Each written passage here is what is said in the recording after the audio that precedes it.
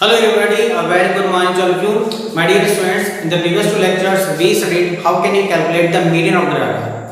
And now in today's lecture we will study how can you calculate the mode of the data. So let's study.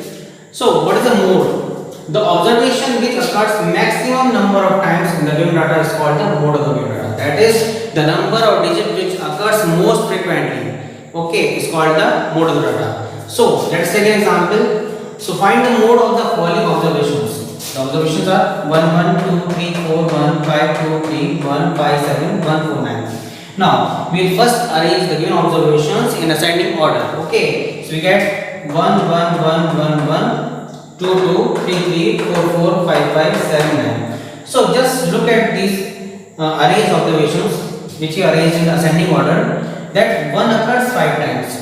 2 occurs 2 times, 3 occurs 2 times, 4 occurs 2 times, 5 occurs 2 times, and 7 and 9 only single time.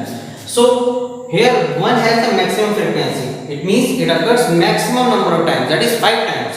So mode is 1. Okay. So my dear students, I am sure that you understood how can you calculate the mode of the data. Thank you very much.